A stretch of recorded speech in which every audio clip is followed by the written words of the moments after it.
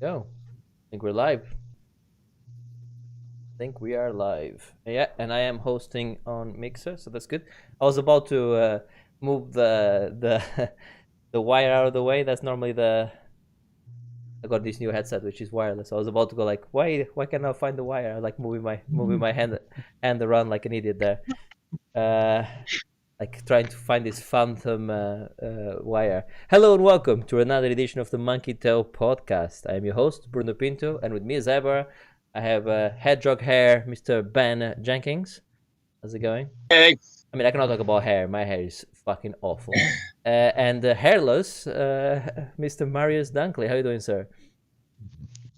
Aerodynamic as ever. Indeed. Very, very good. Is that Newf's van? No, that's not Newf's van. He is live from the van, but that's not Newf's van. No. Are you camping at the moment? So what happening, Ben? Are you? Where in the what sort of world are you? Between jobs, I am somewhere near Winchester at the minute. Oh, very nice.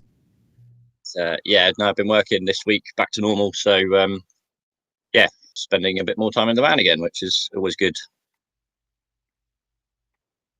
Only flat Earth vids get recorded in vans. That's correct, and other things get recorded in vans as well. But let's not get into that one there. Wow. We do have the 18 tag slapped on, so we should be fine. Let me just get my ducks in a row as we start here.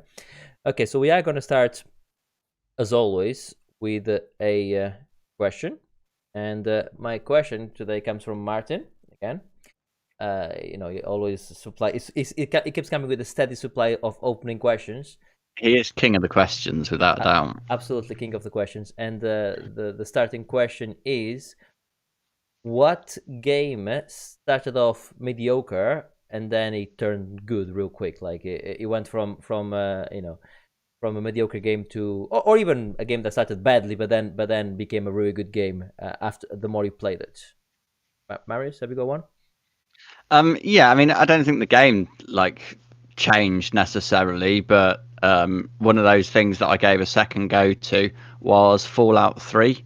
When I first started playing that, just couldn't get into it. Didn't really like it. Wasn't for me. And then I came back to it. I think there was a bit of a gaming lull about a year or two later, I think. And I was like, oh, I never played much of that, so tried it again, and then played it through to completion. So that's my closest answer I've got, to be fair, was Fallout 3, and obviously a fantastic game. Still not fully up my street, to be honest, but I appreciate that game for what it is. It is absolutely amazing. Very good answer. What was yourself, Ben? Have you got one?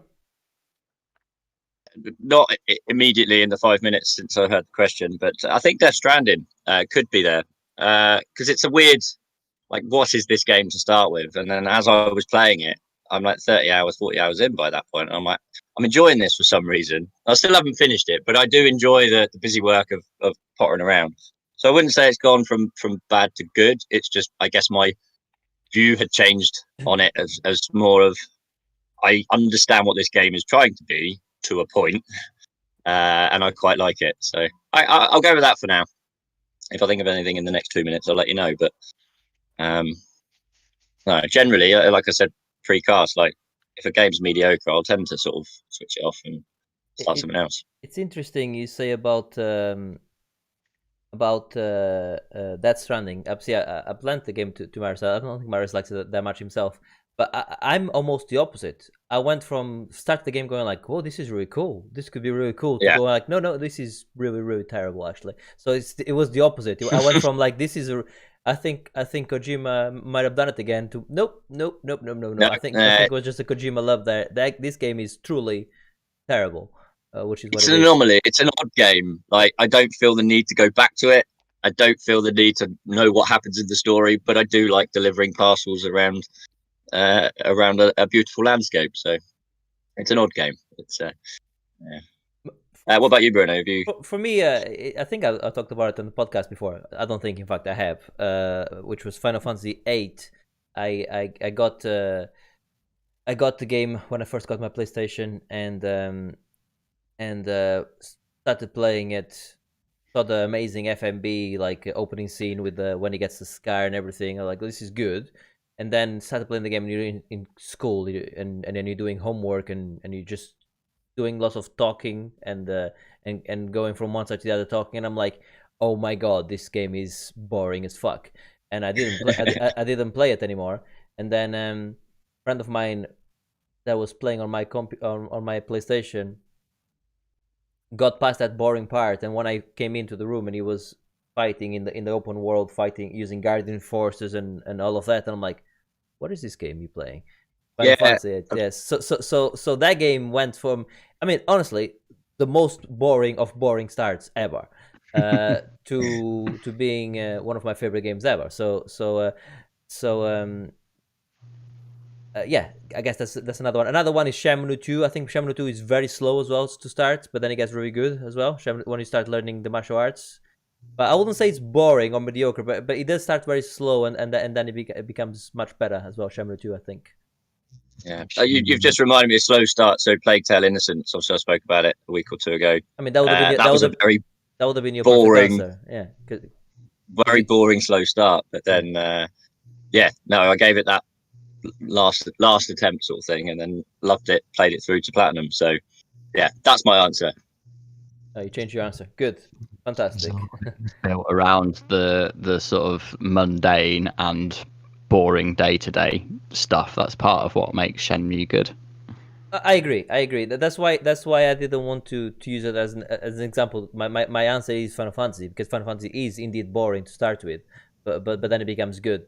Whereas Shenmue is mundane by design, which is different. You know, Final Fantasy is not like that. Final Fantasy is like a 70-hour game or whatever, and the first 5 hours is boring school stuff, and then the other 65 are a completely different game. So, and that, to be fair, that's a lot of Final Fantasy like that. I remember Final Fantasy, I want to say Final Fantasy 11 or the one that came after 10. I know that sounds stupid because the one that came after 10 is 11. But before you laugh, I'm not 100% sure. You know their naming convention is. I don't know if it's called 11 or if it's called something else. But that one, I remember the girl at the counter saying to me, because I played it, I took it, and then I took it back to. This is where you can exchange games. I took it back, like, no, I want something else. She's like, oh, why didn't you like it? You know, I'm like, oh, it's really boring. And she's like, oh, but you know, you need to give it the first 20 hours, and then it opens up and it becomes really good. I'm like, I cannot give 20 hours to a game before There's it becomes no time good. for that. You know, what's this 20-hour bullshit? Yeah, so I think a lot of Final Fantasies are like that. But okay, let's. Speaking of Final Fantasy, Bruno, have you played more of 7 at all yet? I haven't played that Or the much of remake? it. I haven't played that much of it, if I'm really honest with you. I was gonna do it the other day. In fact, I had the controller in my hand, but then I started watching this TV series on Netflix. More on that later when it comes to the Why Don't You, and then I just binge watched the whole thing. But I will start soon. This week I'm starting that. For sure. Just be interested to hear what you think about it. Yeah, I definitely will. Okay. Second, I discover the flaw in my capturing Discord, because Discord can only be captured by on a desktop, and any notification shows up on it. Fantastic. I have to I have to think of a way around that one. Anyway, let's move on to that looks interesting. This is the part of the show where we talk about the video game news, what we found interesting the last couple of weeks. And Ben, you want to talk about the Game Gear Micro? Yeah, I think I've only just found out about it myself, but was there a call for a 1.1 inch screen, and a Game Gear? I mean, yeah, maybe, but yeah, I'm literally reading the story as I'm reading it now. But have you guys heard of it? Did you have a Game Gear? How many batteries did you go through? Do you want a mini one? Right, there's quite a lot of questions. Yes, I've seen the Game Gear Mini. I don't believe it's you intended to play on it. You can play the games on it, but you're not intended to play the games. It's more like a collector's thing for people like you. Right, okay, for people like you, Ben. Promotional item type thing, isn't it? Yeah, and each of them come with 4 games, and if you buy all 4 of them, you get an extra game or something along those lines. Right. So they're more like collector items rather than you're not really intended to be playing on them, even though you can. even though, but on that such a tiny device, I think that the experience would not be great. Do I think they look cool? Yes. Have I played game? You asked a lot of questions. Did I play Game Gear before? I never owned one, but my cousin did, and he had, and it was cool. I played I think I played Sonic on it, and there was a football game where you did penalties only. You know, like yeah, that was I quite remember cool. that. I can't remember what it's called, but yeah, whatever it's called, I quite like that. It was quite a fun game. What about yourself, Marius? You strike me like the person that had the Game Gear. My brother had a Game Gear actually, but I sort of inherited it. Okay. Did you stole it from him? just borrowed it for a long time. Yeah. 5 fingers discounted. Yeah, so same as you, Sonic. I really like the Sonic. I think it was like just basically a version of the Master System version of Sonic. Yeah. In fact, I think that's true for many Game Gear games. Ninja Gaiden. I played a lot of Ninja Gaiden on Sonic, which was good. On Sonic. On Sonic. Well, that's a crossover. That'd be interesting. Yeah, that would be a good crossover. And I also played the Mortal Kombat. The version of Mortal Kombat on the Game Gear, which didn't he only have like probably six, wasn't very good, but 6 at the characters or time something, wasn't it? what you've got, yeah, something like that. I can't remember. It was not good. It was not good, but it was there. No, the Game Gear was an interesting console. I think the big difference from memory from the Game Gear to the Game Boy, because obviously the Game Boy is obviously superior in terms of titles. It's like anyway. 4 batteries. But the all big batteries different. The big difference was that it was a backlit screen, wasn't it? Was it not on the Game Gear? I seem to remember it was. It was, and that's why it consumed power. So you could play it in the dark, which is quite a thing. Yeah. Because the Game Boy you couldn't with the first Game Boy, at least. My favorite handheld console I've had, and I do own a Switch, and I don't consider the Switch a handheld console, even though you can play it handheld. My favorite handheld console I've ever had was the DS. I think the DS was the best handheld console ever made, in my opinion. You know, that's my favorite one. I think the best games and the Advance Wars. You had the new Super Mario Bros, Mario in 3D World, etc. That's some amazing games. So I think that's the best one. So what I'm trying to say is, I would love to see a mini version of that. I'll definitely be I'll definitely give that a go. Not a 1.1 inch screen one, but like I've just seen the article that I was reading. They've got a like a clip-on magnifying screen. You know, remember back in the day they had. Sorry. Beg your pardon. If you buy all 4 of them, that's what you get. That's what you get? It's all in Japanese. That's it. I'm looking at. So if you buy all 4, you get the magnifying glass. That's the one. Sorry, that's it. Yeah. I mean, what was the point in this? So is Sega thinking, "Oh, we'll try our foot in hardware again," or is it just the well is dry? Let's put out something that we've still got a license to. I don't understand. It's just really, a collectible thing, isn't it? Like to mark an anniversary, isn't it? 40 years of Sega or something like that. I think that's. Also, Ben, how many mini consoles do you own?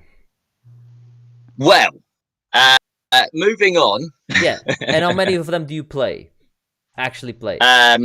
Yeah, good point. Yeah, good point. So the reason that's made, it's for you and for people like Formula of this Parish Joe. You know, for people like that.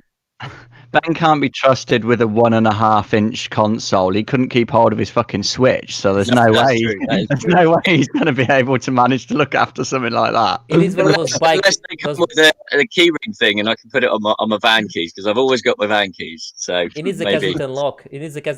Maybe he can come up with a Kensington lock belt, where he can lock every single one of his handhelds to it. So on a drawstring. Yeah. So if I let go, it just comes back. Yeah. I mean, you look like a knobhead, but at least you won't lose it. So that's something, you know.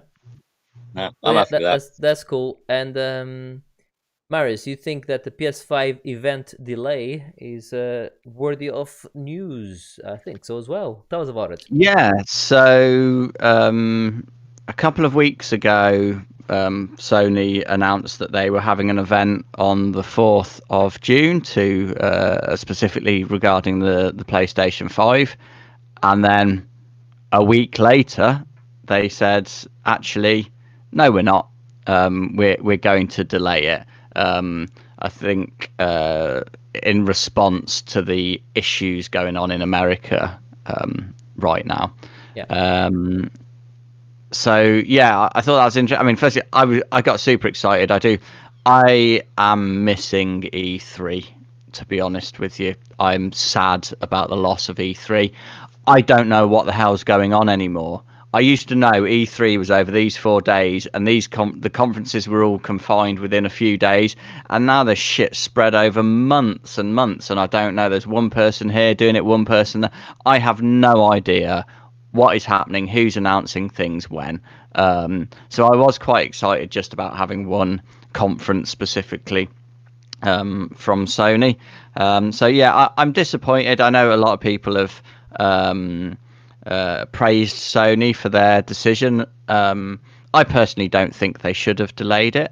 I understand there's lots of issues going on, and they didn't want to sort of the way they announced it in the press release was that they didn't want to be celebrating stuff when there's so much crap going on. But my personal opinion is that, well, you shouldn't allow that crap to stop you doing your thing and doing good, positive things.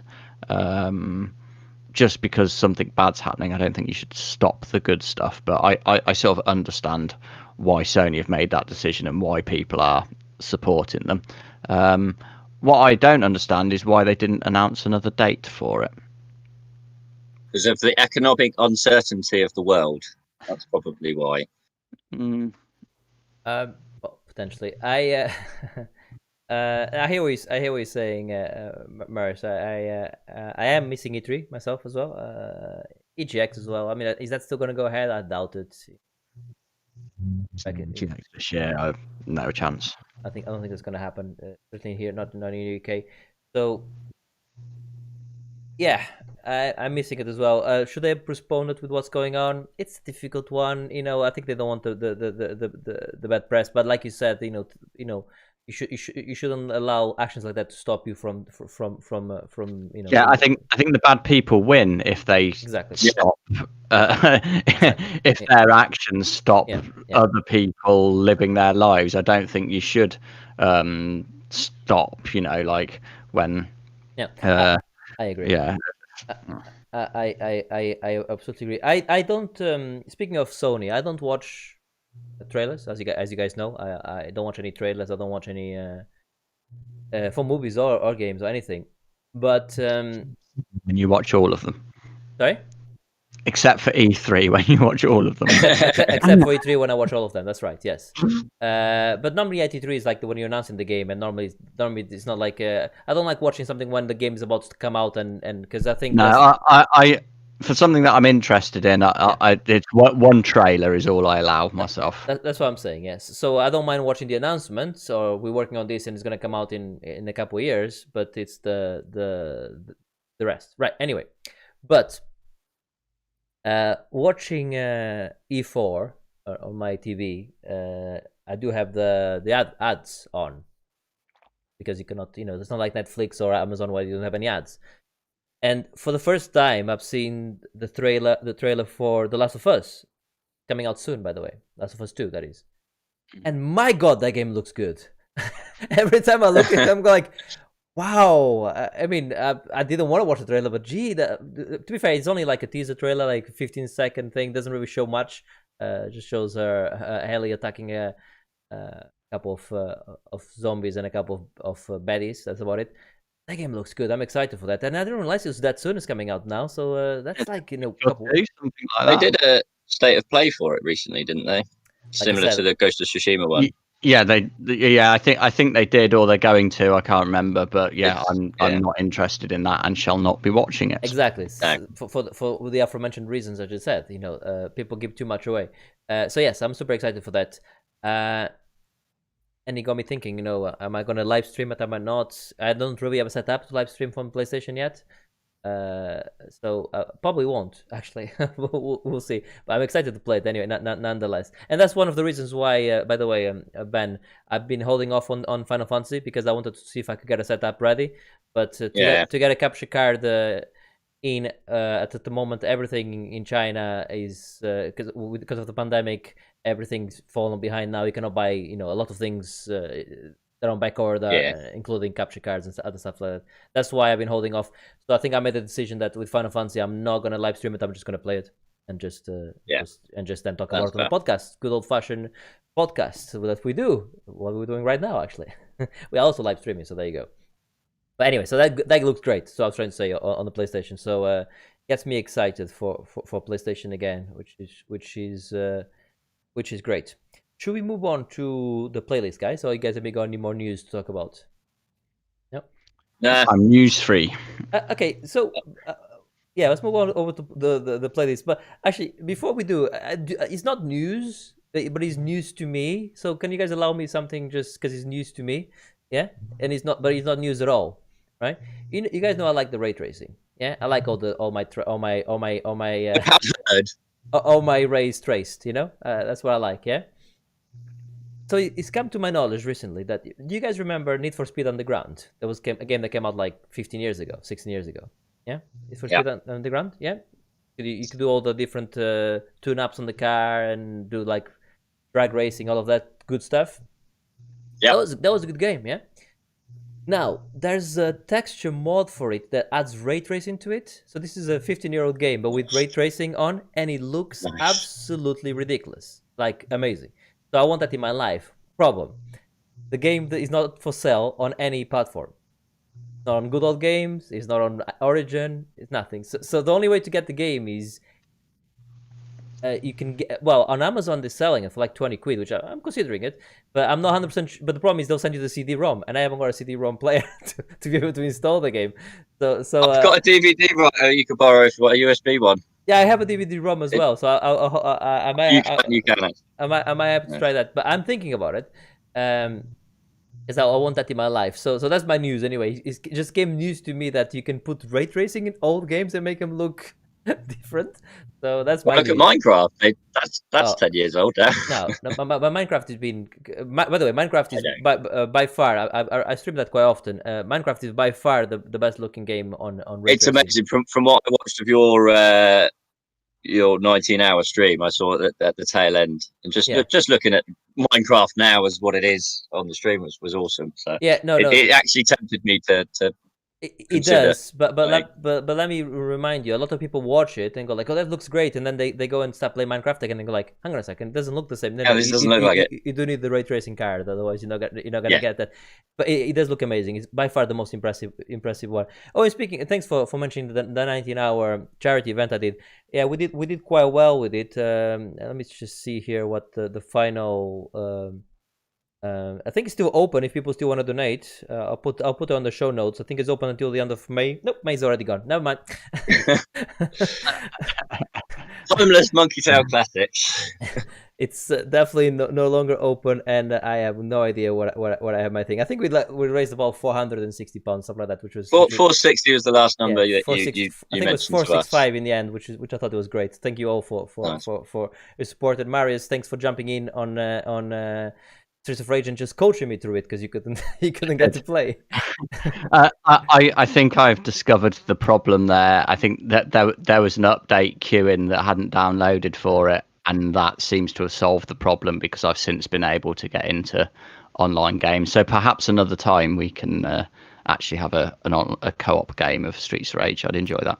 We can stream it. It'll be fun. Yeah, we can do it on the Monkey Tail one instead of mine if you want as well. That sounds cool. It was actually fun watching you be so terrible at Streets of Rage.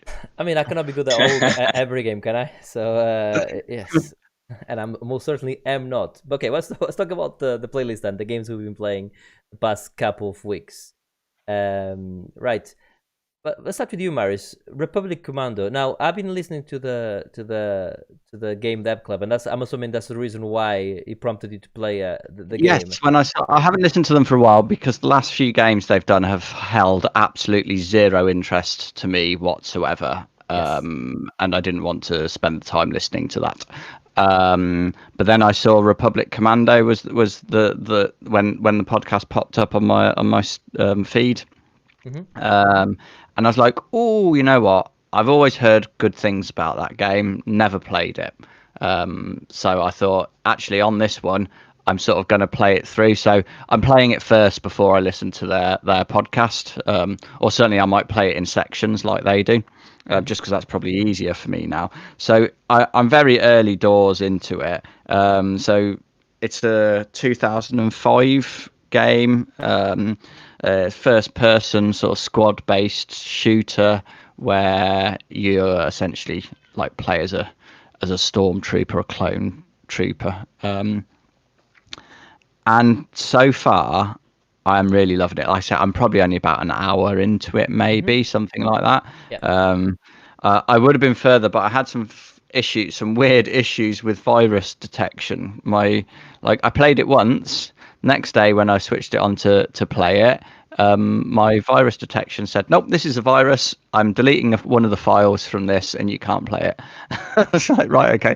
So I just have to turn my virus protection off every time I play it now. It's really weird. But there you go. Yeah, so I'm really liking it. I think obviously it's showing its age now, but even so, for a game of that age, I still think it looks good, plays well. I struggled really badly on the menus with the mouse. The mouse is so super sensitive and fast on the menus. I struggled to actually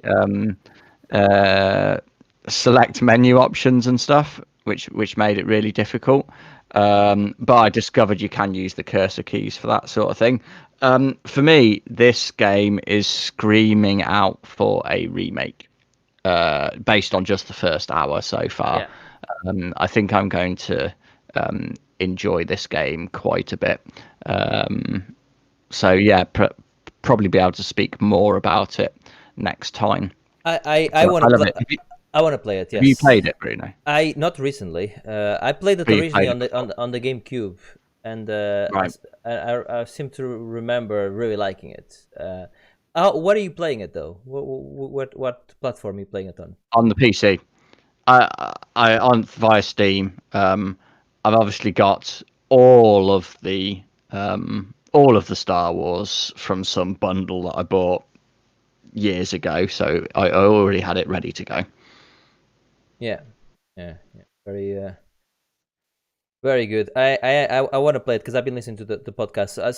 Yeah, it's a game I mean, it's like a few years ago that I played it, so I don't remember much about it. I remember that the buys I got like stuff on it, like I remember like you could like get water on it and other cool stuff like that, which is Yeah, because you're fighting the droids. So I think it's set after the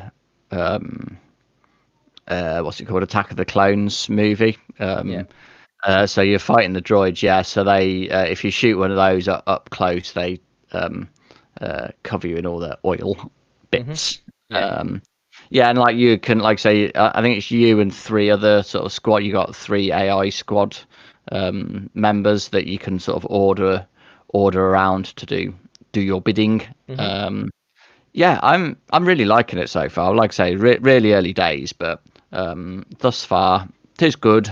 And I think it's quite nice, a slightly different take on the Star Wars sort of property, rather than just being all the Force and lightsabers. I think it's quite nice, sort of having a slightly different take on it.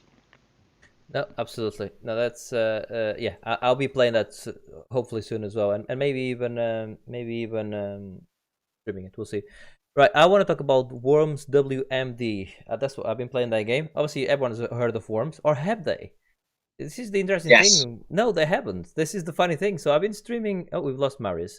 I'll talk to you for a second, Ben. So I've been I've been streaming Worms, the latest one, which is WMD, and people are jumping into the stream and going like, "Oh, that's a cool game. What is it? What is it?" I'm like, "It's Worms."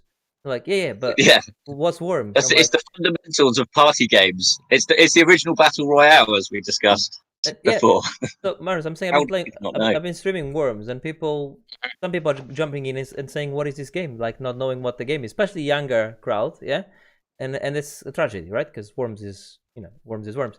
Yeah, I mean, it's been a while since Worms has been a thing, hasn't it? To be honest, I agree. But anyway, and Adam had never played Streets of Rage, so this is true as well. But Worms is still Worms. It's still absolutely fantastic, and nothing gets better than getting up to close to Worm, like slowly get, like go up to him and then just baseball bat,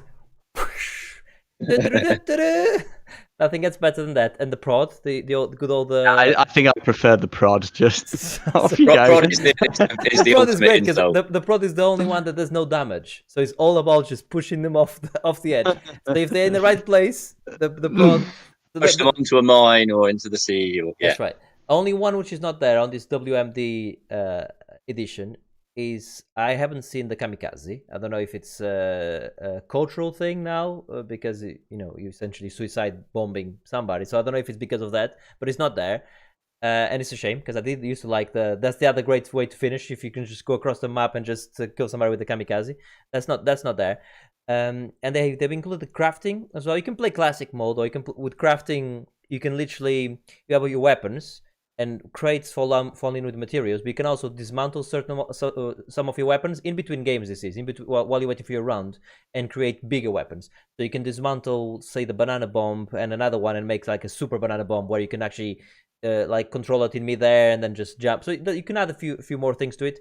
That part there for me only works if there's more than 2 people playing. If there's 3 or 4 people playing, it works because I have time to do it. If I'm playing against somebody else, I don't want to be fucking about. I have 60 seconds. I don't want to be fucking about with my crafting as I'm trying to play the game as well. So I don't like it in 2-player, but it's good with more players. But yeah, it's just still a great game. Some of the new voices for the worms are quite fun. The one of like the one I'm using is the streamer one. So it's like like keep saying stupid like a kid streamer keeps saying things like. Like and subscribe and really stupid stuff like that, in Worm's voice, hashtag you dead, that type of really stupid silly stuff. And but there's a really annoying one, which is the rapping one. The Worm does everything in rapping, and it gets really annoying really fast. But Marius would like that one for sure, because Marius like definitely. That already sounds fun to me. I like it even more now I know it annoys you. So oh no, trust me. The person that picked it because he knew you would annoy everyone else, and he was correct. But he started annoying him as well, so very quickly. So he wasn't just annoying us; he was annoying him as well. And that was yes, good old Smoke. Yeah, he was. He picked the 2 pieces off, but he picked them off. He pissed him off as well. No colorblind settings for Worms, which is I'm not colorblind, as you guys know, but Smokies. And that's one of the only shameful things. There's no colorblind settings at all. So he needs to really read the name of the worm. Otherwise, he hits his own worm and stuff like that because he cannot distinguish the different colors. So I think for a game like that, you definitely need to add some colorblind settings. I think for sure. As a negative, but that's probably the only negative in an otherwise really really positive game. We never really talk about things like that because we're not obviously none of us have colorblindness, but it is a thing. Have you played many of the other later Worms games at all, Bruno? Worms 4, I think it was the last one I played. Worms 4. Worms 4. Okay, so I've played some of the sort of the early 2010s, 2013, and my problem with them is that they didn't seem to have like all of the weapons all of the time or all of the features. So it was like to get the best out of my Worms experience. I think I've ended up playing across 3 different versions because, like you say, one didn't have a kamikaze, one didn't have a super sheep or whatever it was. So this one, this one. Would you say this is sort of the more defined, up to date, latest one? Yes. Other than kamikaze, everything is there. You might have to craft it though. So if you're playing, if you're playing, you might have to craft certain things like the old lady, and the super sheep. You might have to craft. But most things are there, including one I had never seen before, which is the Armageddon. I don't know if you guys ever seen that one. That one is fucking bullshit. So Armageddon just drops a million bombs on the fucking map and pretty much destroys everyone. If you survive that, it takes everyone out everyone. So if you have only one worm and everyone else has like 3 worms each or something, still you can proper fuck people up because you're gonna die, but you're gonna take everyone else with you. So Armageddon is fun like that, but it's such a bastard. It takes all of the whole map out. But yeah, Worms, it's on Game Pass, so Game Pass for the win again, yet again, Game Pass. Right, let's move on to well, you've been playing Uncharted again, Marius. So why is this? Well, why not? I didn't really have anything else new that I was into. I I think it was actually your why don't you for last time was play a game that you love. Yes. And hey, Uncharted is there. It was the Nathan Drake collection, so the remastered versions of the first three was on PlayStation Plus a few months ago, as was in fact Uncharted 4. So yeah, I've played through all of the first three, and I'm about 6 chapters into the fourth one. I mean, I've always loved those games. I think they're absolutely brilliant. I mean, the first one is clearly showing its age a bit now. Some of the faces and animation is looking a bit ropey now visually. I love the way, obviously, it started in the first one, and I think this was new at the time. I don't sort of recall other games doing this, or certainly not as well. Like how the animation gives you clues, so like whether there's a handhold or whether you're going to reach the handhold by the way Drake reaches his arm up to try and get it and stuff like that, which I thought was really good. I have, with all of them, I've just been playing them through on easy mode, just to play through and enjoy it.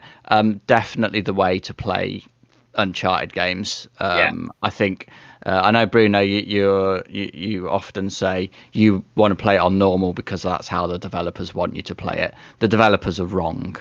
On Uncharted, normal is annoying, and it takes away the fun of those games, which is the stupid, crazy Indiana Jones story that's going on. And if you keep dying all of the time, then it takes away a lot of that enjoyment for me. Uncharted games are not about the difficulty of the shooting. That's not what they're there for. I agree. I think what I said, and I stand by it, is unless the developers tell me what the game is designed to be played on, I assume normal is the way you want me to play it. Yeah. So a lot of games, I think Street Fighter is one of them, where it goes like easy is the way. That's the way we want to play, and then the harder difficulties are harder, right? And that's very easy, etc. So I think as long as they tell me the game was designed on this is the baseline. That I like to play games on the baseline, and you might be right that easy is the baseline when it comes to Uncharted. I'm not going to disagree with you on that one. I haven't played them in a while. I do own them because Sony offered like 2 games for free with the pandemic. They did that and Journey, so I did download it, and I think it's installed as well. So I could probably give that a go again at some point if I do find the time. But no, I like to play games in the difficulty they were designed to be played on, rather than that tends to be normal. But maybe not Uncharted. Yeah, I think it depends on that, and I'm pretty sure that's probably how I'm going to play Last of Us 2 as well. I'm just going to go straight in on easy, I think, and just enjoy the game, not having to worry too much about all of the mechanics. I think it depends on the type of game. So something like Doom Eternal, for example, I probably will do that on normal or whatever, just because I think that is much more about the mechanics and the challenge there is what makes that game fun. So it does very much depend on the game. I think I'm playing that on hard, not the hardest. I think I'm playing that on the one higher than normal because I'm not a bad player, but I'm struggling already with that. I'm already dying more than I probably should. So I think normal is probably the baseline there for sure. Yeah.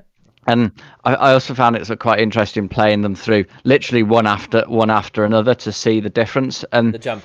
I was actually surprised there wasn't as big. I mean, maybe it's because they've done a lot of more work on the first one in terms of remastering it, perhaps. But I remember there being a bigger leap in visual fidelity between the first one and the second than I actually noticed.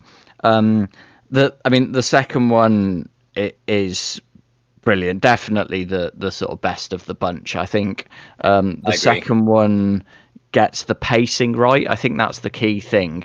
It's perfectly paced. I mean, it starts off amazingly when you're sort of hanging on the train that's been derailed, that and climbing up there, that's one of the best openings to a game. Yeah, easily. It is brilliant. And then it's just got these brilliant pockets of these big set pieces like that again when you're on the train next time and the train's moving, because it was sort of obviously the first bit's a bit of a flashback. It is brilliant. I think they got Drake's character right as well. I think his sort of little quips and banter with the other characters works really well in this one. I think there are no weak bits in the second one. I think it's pretty strong and consistent all the way through.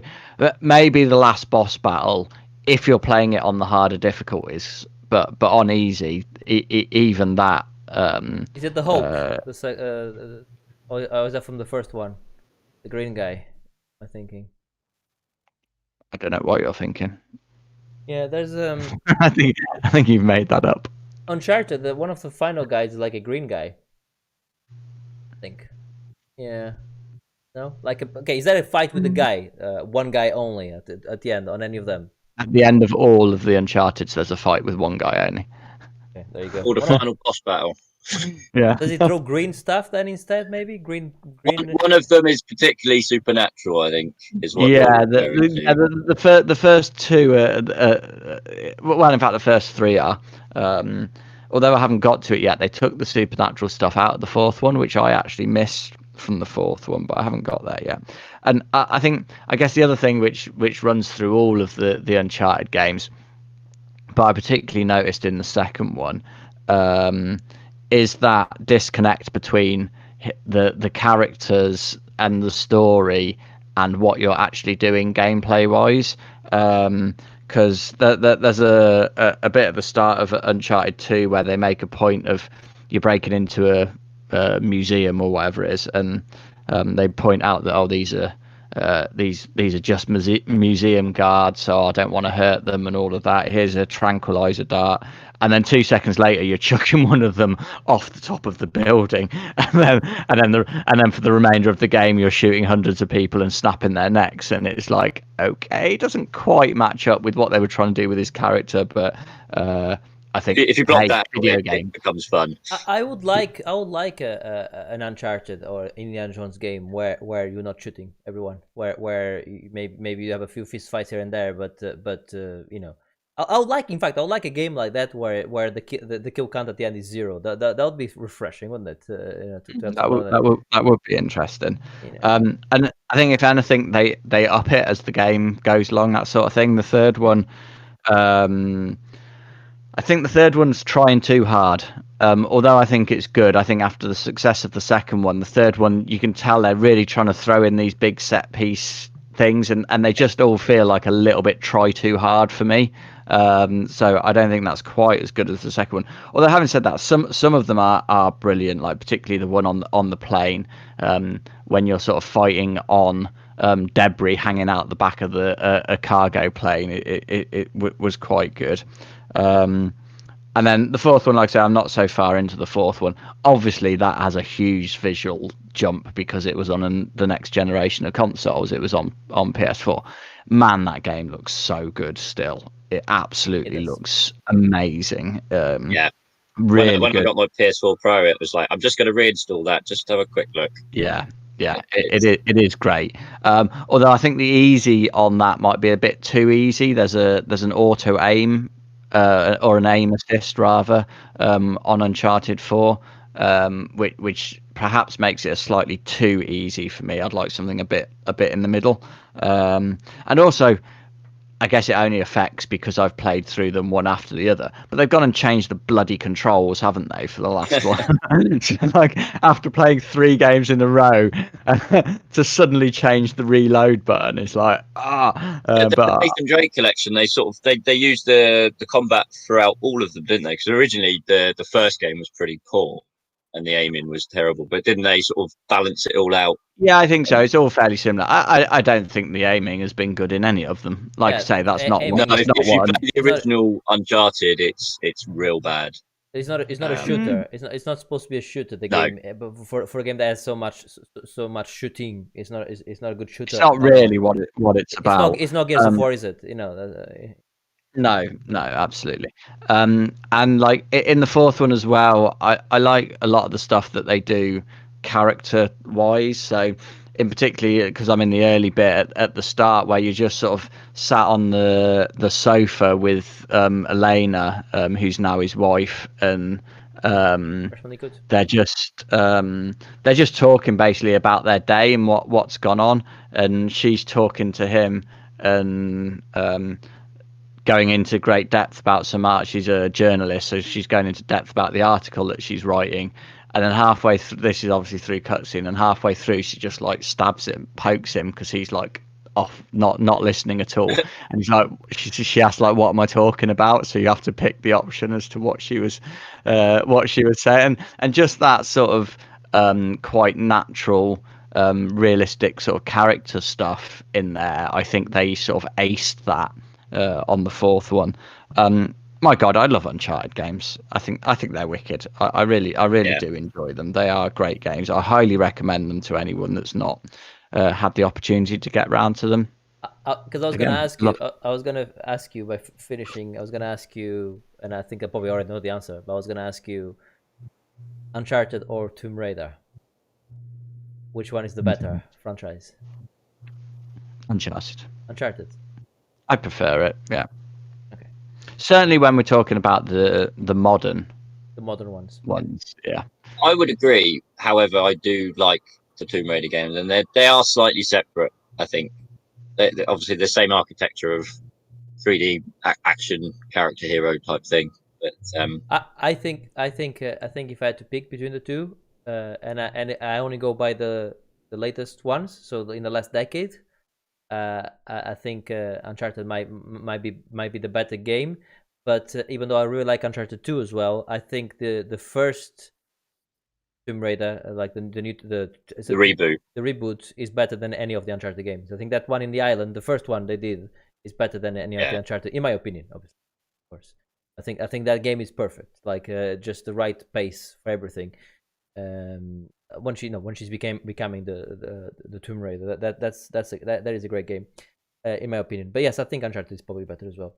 Right. I've been playing Someday You'll Return. This is a new game, came out in May, and it's a walk 'em up puzzler horror. This is on game. Steam, isn't it? I think I've downloaded this. It's on Steam. I am playing on Steam, but it's yeah. It's I think it's on PlayStation 4 as well. I want to say I'm not 100% sure on that one. I'll have to check. So I'll go give a review code for this one, and normally I'll pass it over straight away to Mr. Marius because that's his ballpark. But I wanted to give this one a go myself because I cannot pass every single horror game to Marius. People start thinking I'm scared of horror games. So you're this dad trying to find your daughter in the woods. Stella, the name of the daughter, as it happens. Anyway, so you have this phone and you're tracking your phone as well, and you get into the woods. This is in Czech Republic, and then you're in the middle of the woods, and the phone stops working. You track it into this house, and then you get inside the house, and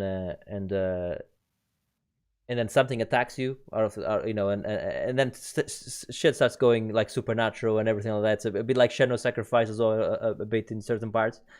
But it has a puzzle mechanic to it. So, like at one point, you need to grab these ladders to go so you can descend down onto another level. So you grab them, but then you don't have there's like steps missing on them. So you have to go and grab some wood, and then you go into this puzzle mechanic where you have the step ladder. You pick each piece of wood, you put it in, and you use the hammer to hammer the nails in on each side. So that's little things like that. So if you find a box that needs opening, you might have to get like the pliers to take the nails off. So that's that puzzle mechanic aspect, which is a different screen whenever you go into it. But then and then you're solving puzzles that way, which is quite cool. It looks great. as well, like in terms of how it looks. Just looks like a proper proper realistic game as well. And yeah, it's spooky, and you're trying to find your daughter, and you have the mobile phone mechanic, so you're getting text messages from your ex-wife, and you're trying to respond, and and stuff like that, and use, like I said, use things like, for instance, if in the dark you use your phone's flashlight, so using all that.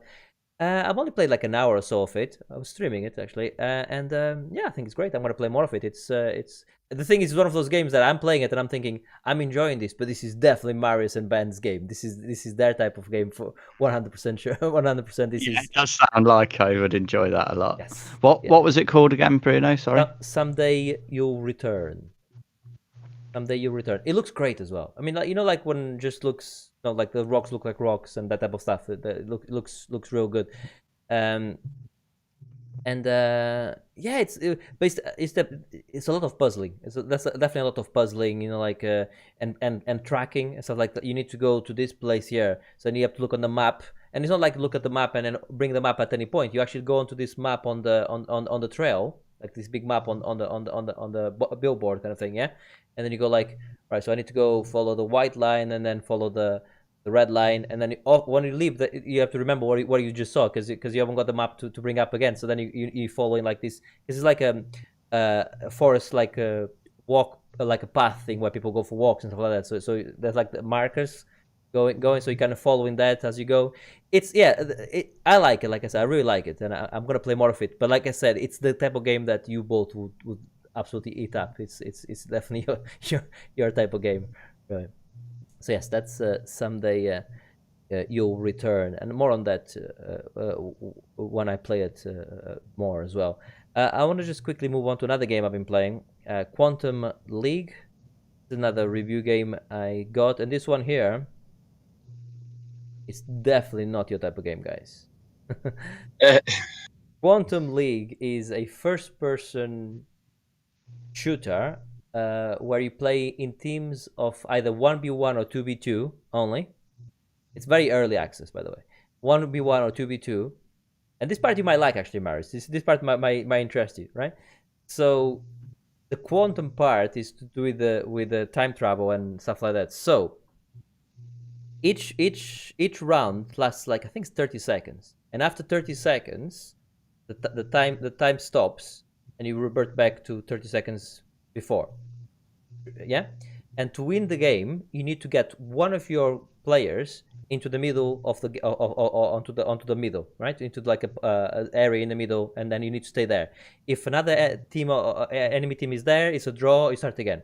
Yeah, and it's best of two essentially. So 3 rounds. Sorry, 3 rounds, and then first person to get to 2. But if you have draw, then it keeps on going. But the interesting part is this. So with my clone number 1, the first one that goes in, let's say I go and shoot. Maybe I shoot both of them. I shoot, because I'm playing 2v2, and I shoot both of them, and I get into the middle, right? But they keep their run going as a ghost. Okay. So then when I play my second clone, their second clone can go and kill my first clone before he kills them. So now their first clones are still in play, and then just resume their ghost run. So that even when you die, you keep playing and shooting at where you think they're going to be, and doing things like that. Because the idea is, after the 3 goes, you get somebody in the middle.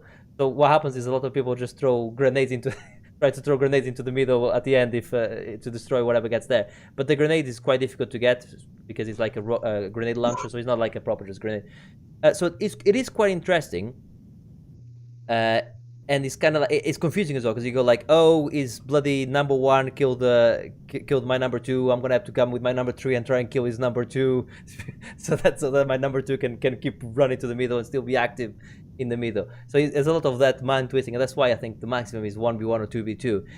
So the idea behind it is great, but there's like 2 maps or 3, and that's the only game mode they have is that one. So I think it's a game I'm going to keep an eye on, and see what more development they put into it, what other things they bring into it. Certainly, it's like every single character does the same thing, just a different skin. So I would like to see maybe different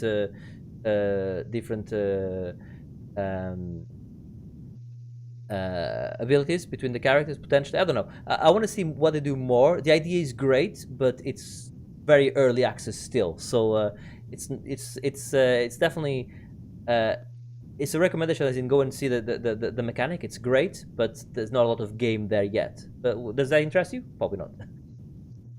Yeah, I like the idea of it. I like I've the idea actually too. heard people talk about it before. Okay. And yeah, it does sound interesting. Again, it's not the sort of thing that I would put a lot of time into, but I do. I think that mechanic sounds like an absolutely great idea. Yes. Yeah. It is, and what I do a lot is sometimes I go with let's say my number one, the first clone gets shot, and you get the ghost run. I still run and I start shooting into the middle, like start shooting, because then I try and save my number one from dying, and then it becomes active, and then they get into the middle and they go like, because then they're not expecting this guy, because this guy was not running on their first couple runs, and now all of a sudden he's active again and shooting into the middle like a twat. But friendly fire is the thing. So you can also shoot your own clone if you're just shooting like an idiot into the middle as well. So they have thought of that as well. So you cannot just blindly shoot into the middle and hope to get the enemy team. Yeah, that's Quantum League. It's certainly interesting. So Ben, you've been playing Her Story, which I know it's a fun favorite a firm favorite from Marius. So I have. Yeah, this came about from listening to a podcast with creator Sam Barlow. Made it on his own, I believe. But yeah, Her Story is you play a detective, essentially looking back through video footage of an interview with a woman, and it's all disjointed, and you have to play these anywhere between sort of 3 seconds and a minute and a half clips of the interview. But it hasn't got the questions that were asked, so you've got to try and piece together this story based on essentially what you see in the interview. You can then search the computer system, if you like, for words that were used in any of the transcripts of the video. So with that, you'll piece together. You'll pick up a word in a couple of different videos. You think, well, maybe I'll search for the word murder, for example, and it will show you the first 5 entries where the interviewer has used the word murder. So you might get a couple more videos that you haven't seen, and then obviously it expands the story out a little bit more. It's a bloody wonderful game, and I've been playing this with a screen share over Zoom. So it's a good sort of gateway for someone that doesn't want to play video games but is really into watching TV or crime investigation sort of programs, that sort of thing. So as a team, we've been watching through this, and it's been really interesting playing it with a non-gamer, because obviously I'm looking for okay, I know what the ultimate outcome of this is to piece together, but how are they going to break it up into a game format? Whereas she's listening more from right, I'm an investigator, I'm listening to every single word, and trying to piece together the mystery, I guess, more correctly. So it's been a very interesting way of getting to the same idea, but we've sort of come around to it a different way. So I'm well, I couldn't say how far through I am. I think we've discovered one of the main twists, which Marius, I'll speak to you about after. But obviously, I don't want to spoil it because there's so many questions, and obviously it's one of these games that you're sort of making notes off screen, and you're writing down keywords that you want to search for. So yeah, I've got pages of notes already, and it's going to be quite interesting to go back. Like, what do we remember? Can I decipher my notes? And we've sort of focused down one avenue of questioning, so to speak, at the minute. But those words we want to go back through and then view another side of the story, because the interviews are set over a couple of week period. So you've got to try and work out at what point is the character telling lies, telling an alibi.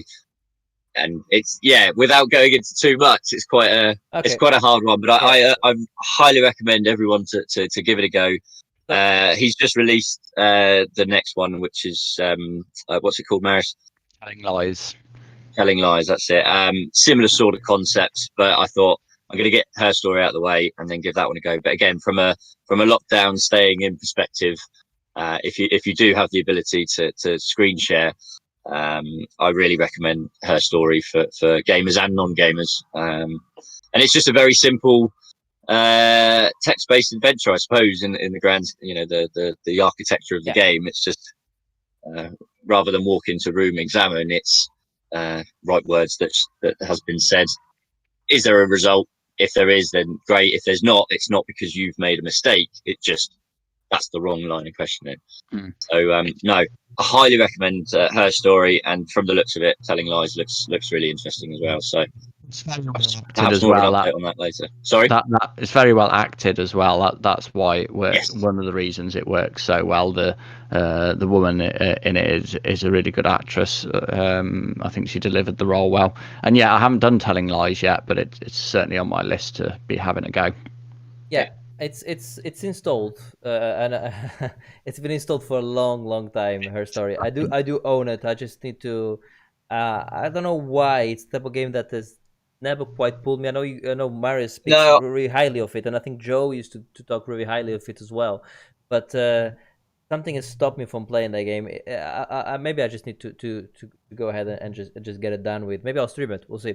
It's very long. It would be a fantastic game to stream, especially if people that are watching haven't played it before. And you've got to hope that someone doesn't come in and just spoil it for you. But I'd like to think that you haven't got that sort of community. Don't worry. I've known about it for ages, but it's just not been the right time to play, and now seems to be absolutely perfect. So give it a go, Bruno. I was going to say I have the best moderator in the business, Ben. If anyone comes in to spoilers, he bans them faster they can say hello. He's the quickest banner in the West. So don't worry about that. Right, Marius, you've been playing some VR as well.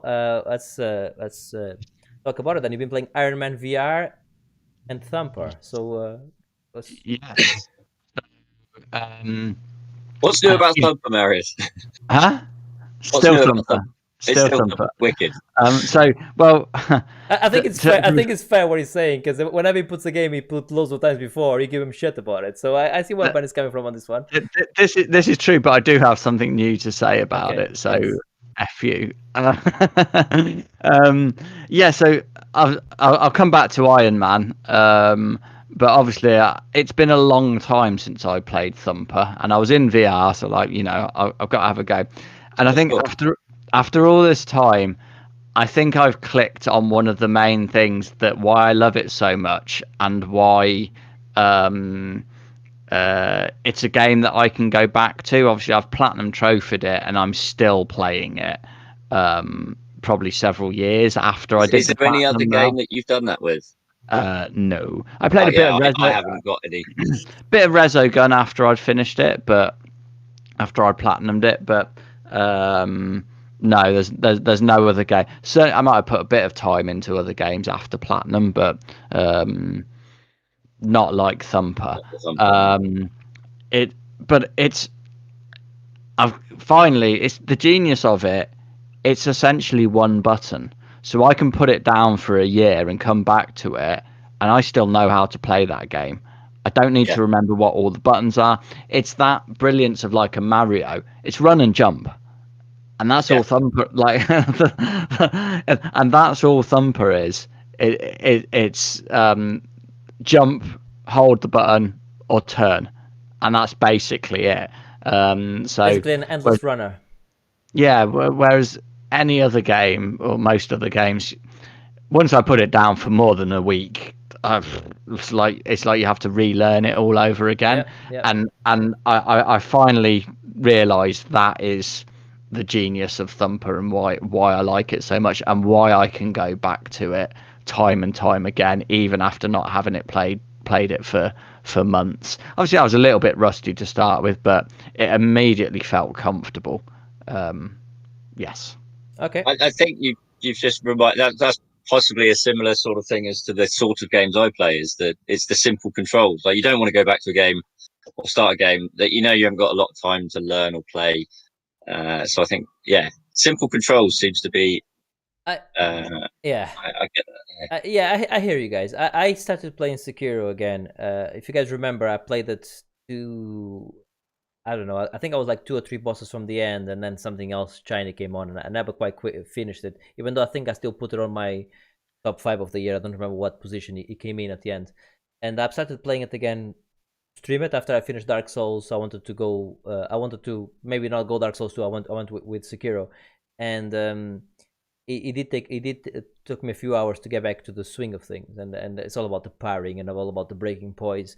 But I'm one of those guys that if I move from game to game, I really struggle, and especially if you haven't played the game for a few weeks or months. So I completely appreciate what you guys saying about simple controls. I also like complicated mechanics as well. I also like that there's a place for that as well in games. But yes, Indeed. going back to it after a while is always can always be difficult. And Iron Man VR. Yes. So again, review of a demo. Played the Iron Man. Yeah, we might as well come up with a name for this feature because it's clearly an ongoing thing now.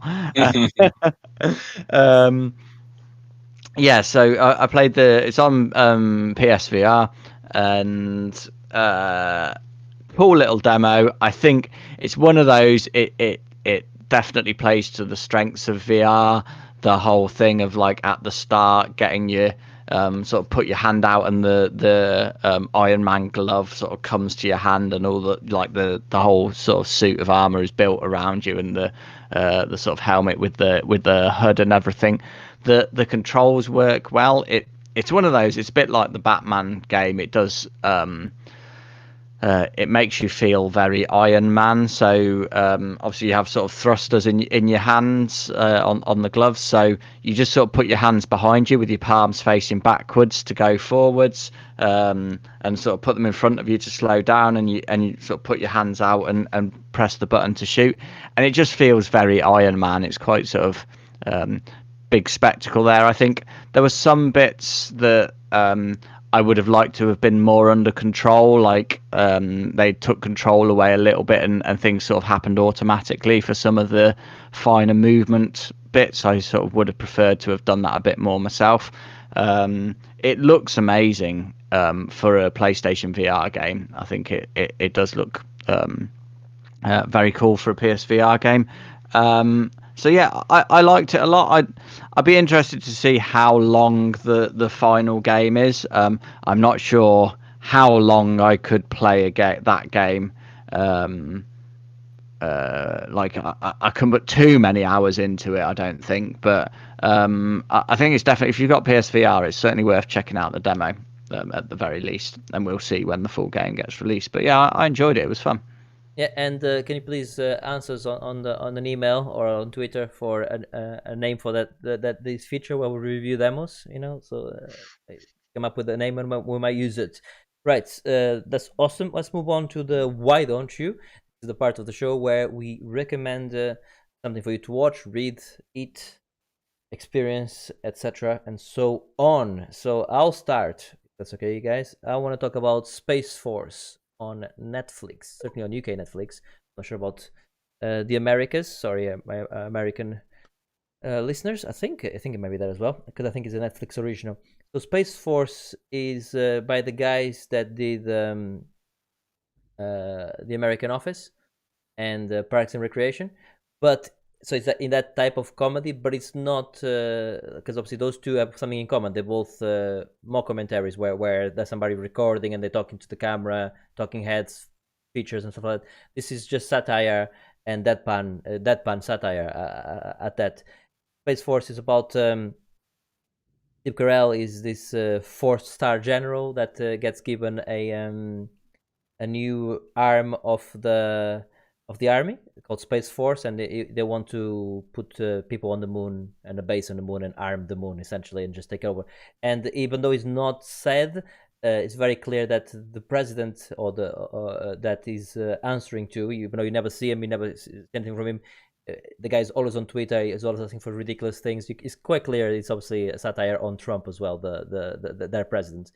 And it's just really clever, really funny, really clever jokes, and a really good cast. John Malkovich is in it as well. He plays the head scientist, where he's always coming up with obviously he's going for the science part of things. He wants to go to the moon to do science there and to further the the presence of the human beings in the universe, where Steve Carell's character wants to go and just like dominate the space.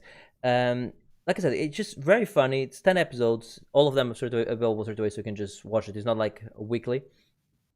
And I started watching it, and right up my street, and I pretty much watched the whole thing in like a couple of days. Yeah, Space Force, only like 20-30 minute long each episode as well, so it's not too bad to watch. Yeah, that's my recommendation. What about you, Ben? Mine is going to be the podcast I referred to earlier on, with the interview with Sam Barlow. So it's Humans Who Make Games, and it's a comedian, Adam Conover. He interviews people from within the industry, and it's a sort of series. The first season, if you like, was really interesting, and he just sort of has a long form conversation about the developers and where they've come from, what they've worked on.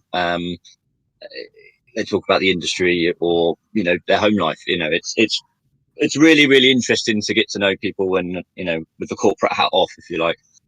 So yeah, Sam Barlow was one fairly recently, and I mean he's worked on all sorts of everything, but it was a really interesting conversation. I'm guessing he's from somewhere in the south of England, judging by the accent and some of his references back to bits in the 70s and 80s. Another one recently was Kim Swift. She was heavily involved in the original Portal, the idea and the story and the level design. But she's Kim Swift, yeah. Yeah, for some reason when he through said that, video games. So I was thinking Uncharted for some reason. Am I thinking of a different Kim there? Henning, you're thinking of. Yeah, sorry. Yes, apologies. Yeah. But I think again he's got. I might be confusing, but I think Richard Garrett was his first episode, and it's a UK American video game creators across all different types of games. But it's just a really good one-to-one conversation. That sounds great. And it's turned me on to her story, although I already knew. And I am itching to get back and play Portal again, off the back of the other one. But as I say, unfortunately, because work started again, gaming has dropped. So I mean, first of all, that sounds great, and I'm gonna go ahead and subscribe. That sounds like a great recommendation. Also, yeah. Portal is obviously, as we all know, I can actually use the word. It is a masterpiece. Both of them are. But I actually think, even though the first one is such a perfect game and perfect length, perfect everything, I think the second one is actually somehow better, and it's difficult to be better than what the first one is already, because it's great. Don't you agree, Marius? The second one is probably just edges it, maybe. Not sure I do. You think the first one is better? I like the concise. I could easily argue that the second one is a better game, but I sort of like the conciseness of the so tight, isn't it? Like the first one, yeah. Yeah. Both of them amazing though. Yeah, I concur with Ben. Ben mentioned it to me the other day in the week, and I'd not heard of it before, or at least not remembered hearing about it before. So yeah, I've started listening to them, and I listened to the Kim Swift one. That's the only one I've listened to so far. But yeah, really good. I really enjoyed it, and yeah, I'm going to continue listening to them.